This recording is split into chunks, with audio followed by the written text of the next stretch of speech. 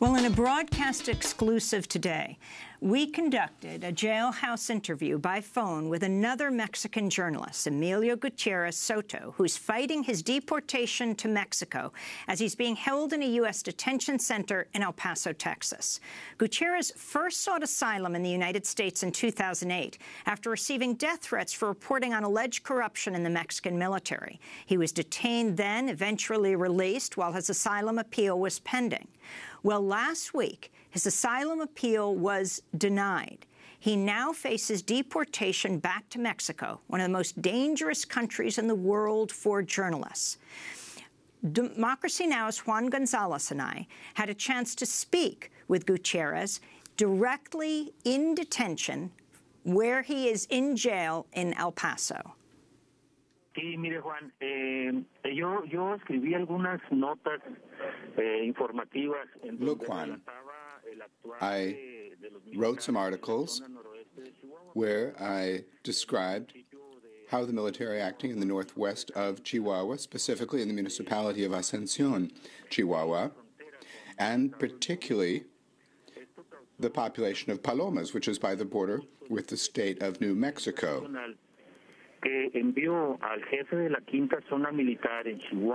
This caused disgust at the Ministry of Defense, which sent the head of the 5th Military Zone in Chihuahua, General Garcia Vega, to threaten me, saying I'd already written 3 articles noting corruption and assaults against the population by members of the military. And he sentenced me. He said, you've written 3 articles, and there's not going to be a 4th one. And of course, there was a 4th article, and I filed a complaint with the Human Rights Commission and also with the Office of the Attorney General for the state. As a result, for a time, after those threats, they sought some sort of reconciliation with me, but the terms never came about. In this state of affairs, I was somewhat fearful in the face of a serious warning by a general, a high-level commander from the Mexican Army. Back in 2008, the Army forcibly entered my home, knocking down the main door, threatening us with their firearms. They threw me to the floor, and they said they were searching for weapons and drugs. They destroyed our home, and, of course, they found nothing at all. And, once again, great fear has come, such that I had to stay up all night while my son was sleeping. I had to look out the window to see who might be coming by. And my sleep, well, I would catch up on my sleep at the office while at the same time doing my work as a journalist. A month later, on May 5th, at night, after they broke into our house and had destroyed our house, we took more precautions. And on June 16th, 2008, we decided to enter the United States seeking political asylum. First, we said that the military were keeping close surveillance over me, and that a friend of mine told me that a relative of hers in the Repeat Response elite group told her that there was a plan to kill me.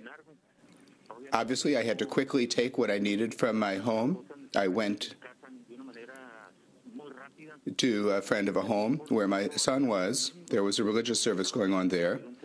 And we went to a ranch on Saturday, July 14th. And on the 16th, we opted to cross into the United States at the border post of Berrendo into the state of New Mexico, where we placed ourselves at the disposal of U.S. immigration officials seeking political asylum.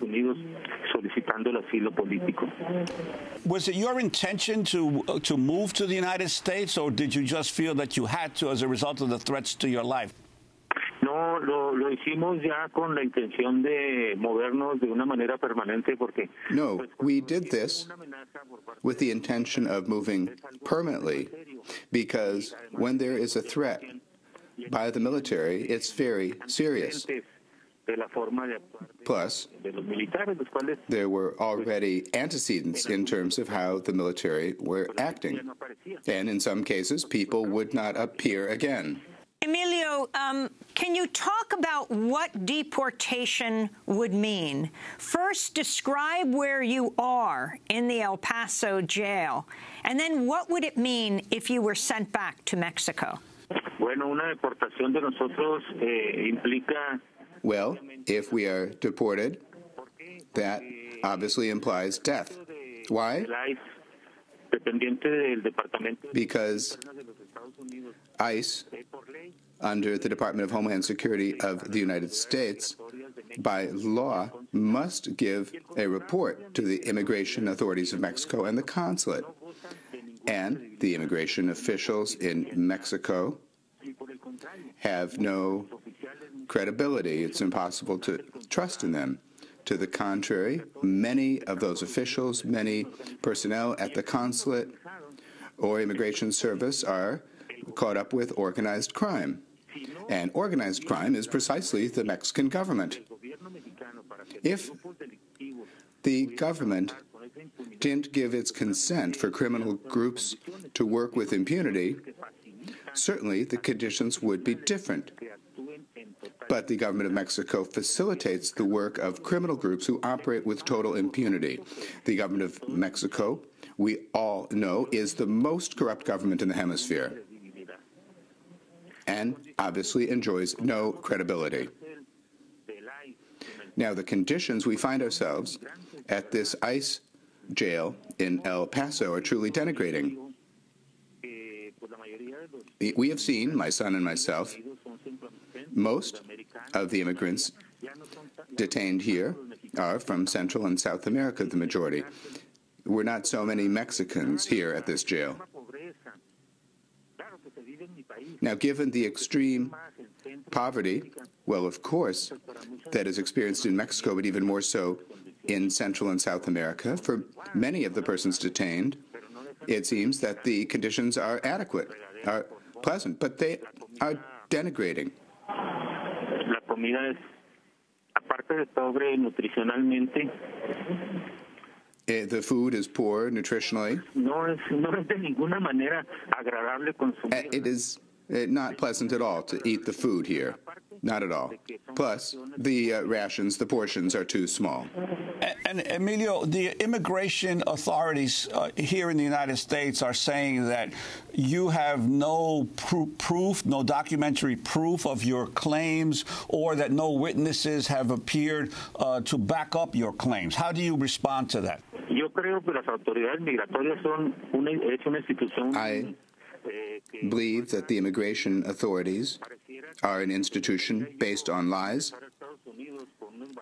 It would appear that I would need to enter the United States with bullet holes on the front and back of my body or mutilated, which is what the institutional criminal group, the Mexican government, generally does. It seems to me that the immigration authorities are more than thrown off and are acting with intent and based on lies. We have, in my case, from the very moment we entered the United States, my case has been the most documented.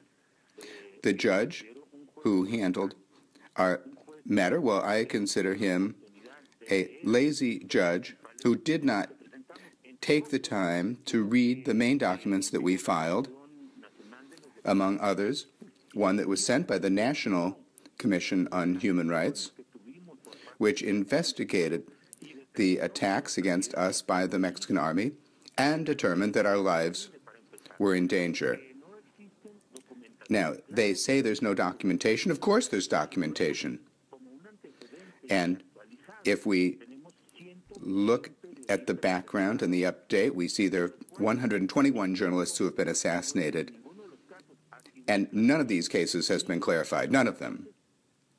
So how can they dare to say that we don't have the arguments and evidence necessary. They're just lazy when it comes to doing their work, and there's no credibility. In this case, it is ICE, the Department of Homeland Security, and the judge. I know you have to go for the prisoner count right now. What message do you have for people of the United States about your situation right now, about both your detention? Are you planning to go on a hunger strike? And also about what your deportation would mean? Look, I think that my case is emblematic for Mexican journalists. I'm considering a hunger strike. Now, beginning it in this jail under ICE means I might be closed up, where in a solitary place where the doctors or nurses could force feed me through a tube that would be placed in my nose. And that would be another violation of my fundamental rights as a person. The message that I would like to share with the population of the United States is to please express solidarity with the terror experienced by families of journalists who've been assassinated in Mexico, and to seek at least a breath of justice, which does not exist. To the contrary, what we have seen is total impunity covered up from the president, Enrique Peña Nieto, and the previous president, Felipe Calderón, who began a war against drug trafficking, the only aim being to legitimate himself in power. So the solidarity of the citizens of the United States is basic. We should have such solidarity, please, so that we can have an aspiration of life, an aspiration to continue denouncing, to continue saying that we are telling the truth, nothing more.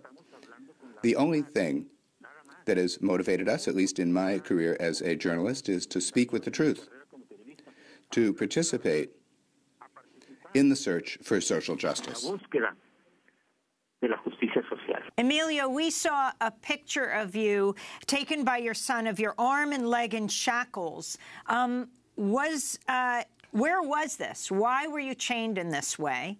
Are you also able to receive your medication right now? Are you wearing an ankle bracelet right now? Talk about your conditions. Well, my physical situation is not so good. It was not until yesterday afternoon that I was given medicine for high blood pressure and cholesterol, and they still need to perform some other tests on other organs of my body, which apparently are not working adequately. I think that this is all because of the stress that I've been suffering, to which we've been subjected, and the fear that they have imposed on us, including the immigration authorities, from the judge who denied us our possibility and did not believe in our case, even though we had evidence. We had so much paper it would fill 2 carts. The testimonies that were presented in due course were clear and convincing, yet they were just set aside. My physical condition, well, I feel it's delicate. I don't feel well. You recently received an award from the National Press Club. You were invited to accept the John Aubuchon Press Freedom Award on behalf of Mexico's journalists. Can you talk about life for journalists in Mexico, one of the most dangerous countries in the world for journalists, especially countries that are not at war? What does it mean to be a journalist in Mexico today, especially one who exposes injustices? Well, the fact that the National Press Club of the United States has awarded me the John Aubuchon Prize this year is a major gesture by this organization that makes me feel very happy and more humble in the face of the work and the risks that my colleagues face in Mexico. In Mexico, journalists who dare to tell the truth, who dare to denounce the corrupt governments, are at serious risk of being kidnapped, of being disappeared, of being forced to go into exile, or to shut up. And that's what happens on a regular basis with journalists who think in a free manner. Those who work for companies that basically try to make the government look good enjoy certain protection by the government. They're not attacked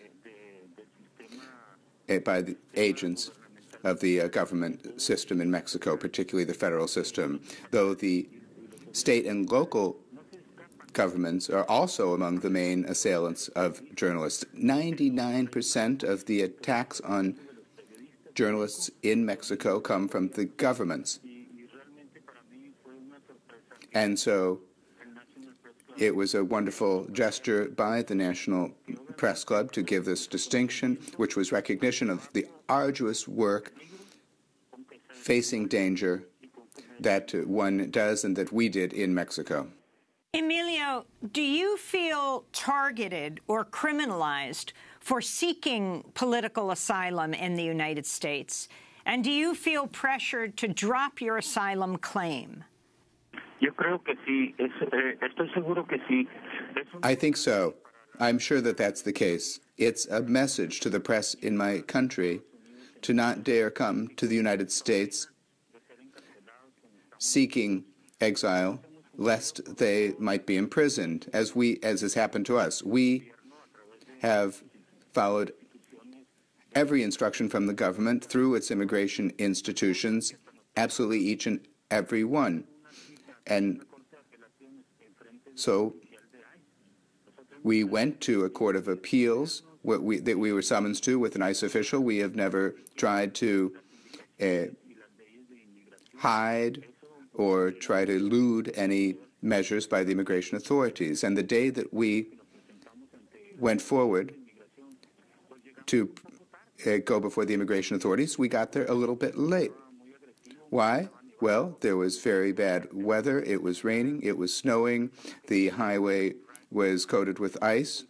And the person who gave us a ride to get there at the right time had a breakdown in their vehicle, and so we had to go back and get another ride in order to appear before ICE and a court of appeals by phone. And the ICE officer, Patricio Logan, in a very personal manner, ordered that we be arrested without giving us any opportunity to explain, and we were immediately placed in serious danger practically at the international bridge. Now, fortunately, the Supreme Court helped us. A response came from the Court of Appeals suspending my deportation. Nonetheless, this led Patricio Logan, the officer, to get angry, and instead of releasing us to the freedom that we'd enjoyed for about 9 years, instead sent us to a prison so depressing, so absent of any values in terms of the staff.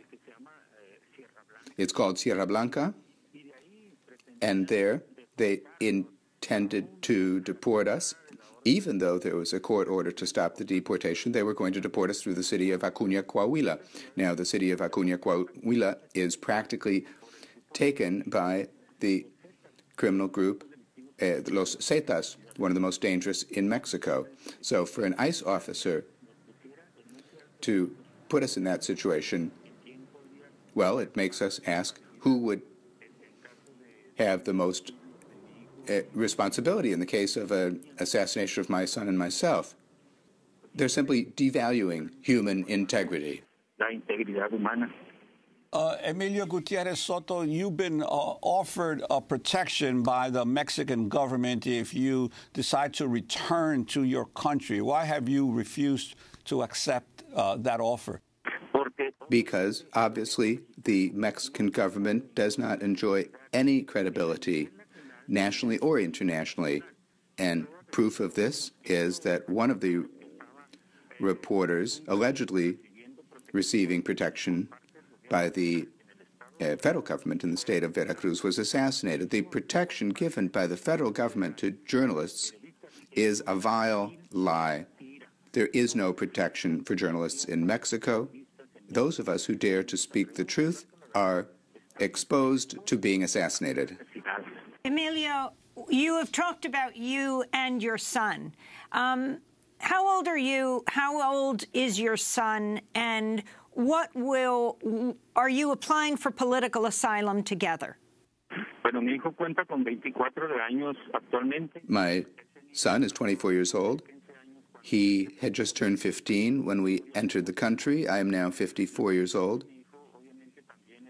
My son is also very fearful of going back, for with the passage of time, he has stayed in close touch with what's happening in Mexico through the media. And he began to see how the government of Mexico would act. He witnessed the threats by General Garcia Vega. He was with me when they searched our home, and he's also been fearful because he's seen my fear that we might be intercepted along the road and kidnapped and assassinated. So my son doesn't want to go back to Mexico either. Plus, neither my son or I have family in Mexico. We've been growing a family with friendships in the United States. Emilio, Mexico's Congress approved a law that allows the use of the army in Mexico's deadly war on drugs that has killed something like 100,000 people in the past decade. This law was passed despite the concern of Amnesty International and many human rights groups. Can you respond to Mexico approving this law that allows the use of the army?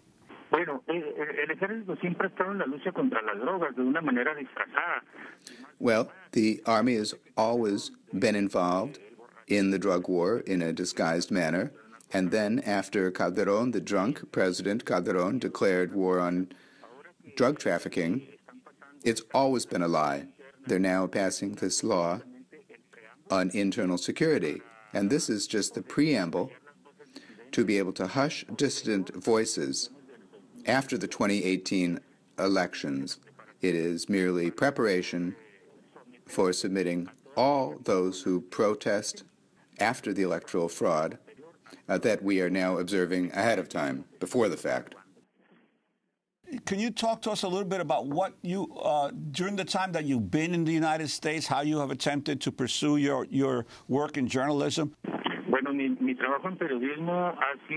My work in journalism has involved keeping society and the community informed in open forums about what's happening in my country. We have survived because I had a trailer from which we could sell food and some snacks. My son studied to prepare himself as a chef. So we have survived. We have survived. Now, my trailer was stolen just last week. Some thieves broke into our home, destroyed what we had inside, and at the same time took away our possibility of continuing to work, at least in that business selling food. en ese negocio de comida.